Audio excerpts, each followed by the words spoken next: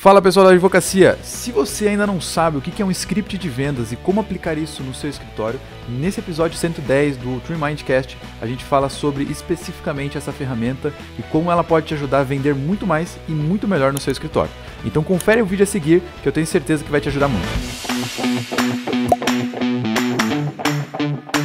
Agora dando uma continuidade aqui no assunto, você já deu até uma introdução, queria bater bastante nisso, porque esse assunto vai longe.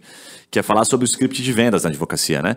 Como é que o cara constrói, sabe, um script de vendas que faça sentido, né, para ele fechar mais negócio e principalmente, assim, tipo, que ele consiga treinar, né? Porque se o cara constrói um script, como é que ele sabe o que é um script, né? Tipo, eu tenho um script? Não tenho?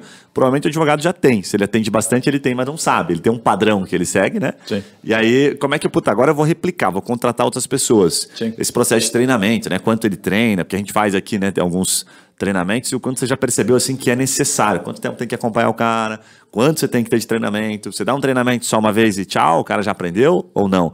Então, dá uma brifada pra gente sobre essa questão do script. Perfeito. Com relação à parte do script, só para deixar claro o que seria um script de vendas de fato, muita gente confunde isso com um roteiro de vendas. Roteiro de vendas é aquela coisa tipo assim, que todo mundo aqui provavelmente recebe. Olá, meu nome é Vitor, eu falo aqui da Vivo, eu estou querendo te oferecer o plano Vivo